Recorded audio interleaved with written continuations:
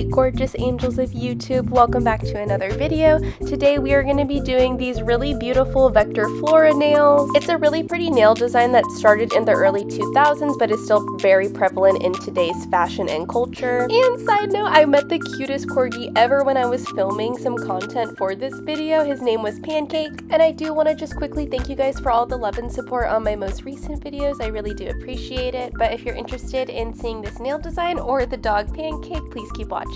And you guys, my retention has been so good lately, so you know I had to show you that I'm always using the Una Gela Tips, a Prey Extend Gel, and this new Canny Builder Gel.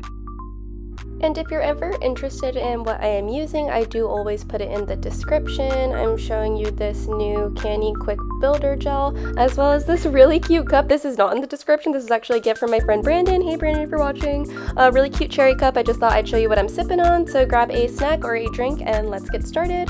I already have that builder gel on that I showed you, as well as I mixed these two nudes together from Canny 9151 and 9162. That's what those two pinkish nude colors look like mixed together. Looks really yummy.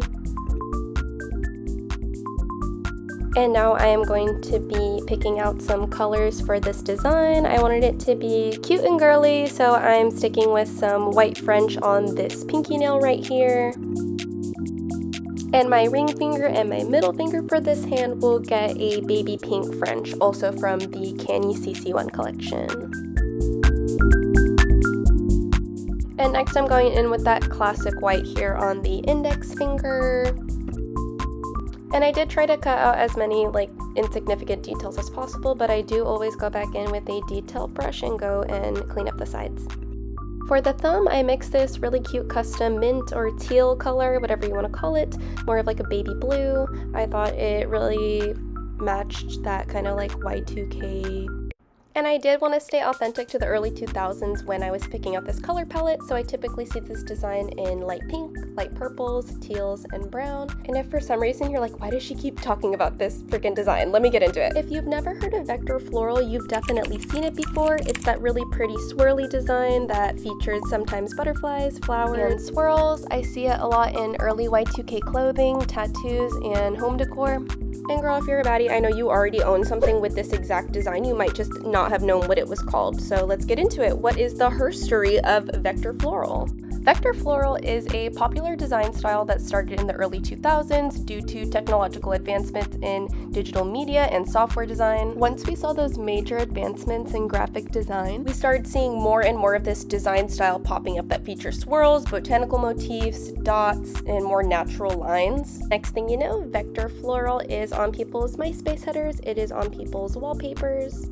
And I don't know about you, but I still see this type of design all the time in home decor, school supplies, Y2K clothing when I scroll on Depop, and of course, nails. So without these mathematic and technological advancements in the early 2000s, we would not have the bimbo Y2K baddie design of the entire century, which to me has always been Vector Floral. So don't say I never taught y'all anything. You can close your books for today, class. We are getting back to the nails. On that white French, I went with a hot pink design, and on the light pink, I wanted to do some white. I know it's kind of hard to see on camera, but it honestly looks really cute in person, and after I put the top coat on, it was really easy to differentiate the pink background from the white design. And if you do attempt this nail style or design style in art in any way, shape, or form, please give yourself some grace. We are not machines or computers or robots. Our lines and swirls are not going to be as mathematically correct as obviously if we did it on Adobe Illustrator. And even though some of my lines and swirls aren't exactly perfect, at least I did not use AI or any sort of, artificial intelligence to make this exact design. So please be proud of yourself and give yourself some grace. Moving on to this other white French, I am taking a light teal or pastel blue kind of color and drawing some more swirls here. And I will admit I did practice a lot of these floral designs or swirl designs on a piece of paper before I ended up painting. This is something I personally learned when I was trying to get better at designs and line work. If you can draw it with a pencil and paper, very small, you can for sure do it with a line work brush. Moving on here to our thumb, I wanted to mix it up since all of the other nails are pretty cohesive. I just wanted to switch it up. That's my personal design style, so I wanted to try plaid. To do that, I obviously had that light blue French or light teal French, and I watered down this hot pink gel with some acetone, and I'm going in with this line work brush and just drawing some stripes going one diagonal direction up into the left and then the opposite up into the right. When these two lines overlap, it creates that kind of darker square in the middle that really gives that gingham like a lot of depth, which is why I watered it down with acetone to begin with, because I wanted this kind of like transparent look. I cure that completely for a minute before I go in with another thin line work brush with that light blue and going over everything that's hot pink. Cure that completely, and then I take a hot purple and I'm just going over in the same pattern that I did that hot pink. Not gonna lie, y'all, this eats. Moving on to the rest of the nails, I wanted to give them a little bit more depth, so I'm taking a chocolate brown and just doing some detail work. I already did that index finger, and now I'm showing you how I'm doing it on this middle finger. For this part, I'm kind of just taking creative liberty and putting dots or small brush strokes to emulate leaves or other botanical motifs, just more natural and fluid lines. And here is how that vector floral design came out on our first hand. For the bedazzled dragonfly here on my thumbs, I am taking the silver Ms. She liner. It'll be linked in the description. I use it in almost every one of my videos and I'm drawing on those antennas. Next, I am taking some rhinestones in various colors, hot pink, green, teal, and I will be applying them with this 3D glue by Melody Susie. It's my absolute favorite. My rhinestones never ever fall off, and none of my clients ever complain about them falling off. For your dragonfly, pick your largest rhinestone and make it as the head. Pick 3 for the body, and then I personally went with some silver ones for the wings. I believe I'm adding 2 on each side. I do take off the hot pink ones on the side in a second, so just ignore those. But once that is completely cured, I do take that silver Ms. She liner one more time and I draw some details around it. Oh, and I do take some acetone and clean up the excess glue before I cure it. With the leftover rhinestones, I'm just adding a little bit of bling to the rest of them. Nothing says Y2K like a little rhinestone moment, in my opinion. And this is what that first hand looks like all complete. And here I am adding the wings on our dragonfly, like I said, just adding some more details. I do this by taking that silver Ms. She gel liner and just flicking it upwards to create the little points on the wings. Super gorgeous and beautiful. I actually posted this on Instagram and tagged a creator named Holly Nails XOXO. I will link her in the description below. And you know, everything we do to the left side, we gotta do to the right side. And with a little movie magic, 1, 2, 3, we have all the French tips done. Starting off with the pinky on this hand, I have a beautiful kind of mint or teal color going on, and I'm taking that chocolate brown gel liner and I'm drawing some swirls. I like the way that this one has a more circular swirl as well as that small flower on the side. And I think this might be my favorite nail out of the entire set, believe it or not. I just love that color combo of the mint with brown. It's just so Y2K to me. I'm adding in some more details with that blue and mint, and I think that it really tied that together. Honestly, I should try and do a set of just all blue and like teal or mint, whatever it's called. Let me know if you'd want to see that in the comments below. Here I am taking that same color, but for this one on the white French, that is going to be the main star of the show, is this light blue. I'm starting off with the 2 swirls, and then I'm adding in those details afterwards. I'd say the biggest piece of advice I have for vector floral is create 2 really big swirls, 2 very bold ones that you like going in opposite directions, and then just add dots and flick your liner brush in between the 2, and that should give you at least a very good basis to start with. I know, kind of a funky angle here, but please keep in mind that I am painting my dominant hand with my non-dominant hand, so please bear with me. But I am taking that chocolate brown again and just adding some depth, adding some shadows behind those blue lines and some dots over there in the corner. Last but not least, I'm just taking that blue color again on a dotting tool and just dotting in anywhere that I think looks a little bare.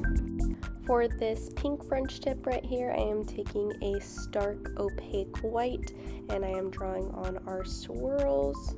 I'm super pleased that the camera is picking up the fact that the white really does pop on this light pink. I was not lying to you guys, and I actually did get a lot of compliments on this specific nail. Something about the white and the pink, it's just like yum. For this next pink Frenchie, however, we are going to be using some lilac. I absolutely love pastel purple, one of my favorite colors. I know it is kind of not really showing on camera, but this one also pops a little bit more in person. I wanted to do a more girly and floral design for this one, so that's exactly what I'm doing. And then once it's cured, I am taking some of that mint color and I'm just using it to create a little depth, and you will see me go in with that chocolate brown again. Do a line here, a couple dots here, and you're good. And watching this back for this next nail, I really do love this hot pink. I wish I would have kept it. I'm so mad at myself, like, ugh. But I do erase it and I do go in with this chocolate brown, which is fine. I think I just wanted a more cohesive look if I'm being honest, but I did really love that hot pink. I'm just doing some swirls and adding a purple butterfly rhinestone to tie in that lilac color, adding an aquamarine rhinestone over here, and you know I had to add some pink rhinestones, so 2 over here on the middle finger. And here are the finished Y2K Vector Floral nails.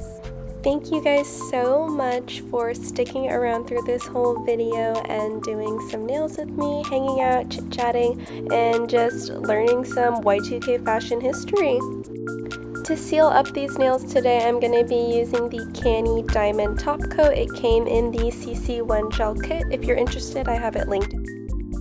And honestly, the reason why this nail trend is still up and poppin' to this day is because it is so versatile. I feel like it could be used in literally almost every nail set that I can think of. You can play around with the silhouettes if you want flowers, if you want butterflies, what kind of gems you want, what kind of charms you want. You can play around with the color story, absolutely everything. And even if you were to put this exact nail design on an almond tip, it would then give it a different vibe. Like I said, just so versatile. And I honestly think that that's one of the main reasons as to why Vector Flora or Vector Bloom, whatever you want to call it, has been so prevalent throughout the years. It's because so many people can just relate to it and find a way to incorporate it into their own individual style. And when I was filming videos for this outro, I ran into the cutest corgi. Like I told you guys in the intro, his name was Pancake. I did get permission from his owner to take videos and photos of him. When I spoke to her, she actually told me that he loves posing for photos and he's a little ham for the camera. So when I was actually filming this video, it was after the fact, after I'd already talked to her, took a few photos, and when I was filming for content, it's when Pancake trotted on over with his cute little self and kept jumping into the pool right in front of me. There he is, kind of just scoping out the scene. I would take out my camera and he would act a little shy, but when I would turn it away from him and face my nails, he would jump in the pool and be like, hey, like point it back on me, like why are you not paying attention to me? And he even went to the other side of the pool to show off too. Ending on a cute and good note here with Pancake, I just wanted to thank you guys so much for being here. I appreciate every single one of you for sitting here chit-chatting with me and just doing nails. And thank you guys for all of the love and support on my cleaning videos. My most recent one is already almost at 900 views and I'm already at 50 subscribers, so I'm really feeling the love. Yeah, leave me a comment for what you want to see me design or clean next. I'll see you guys in the next video. Bye!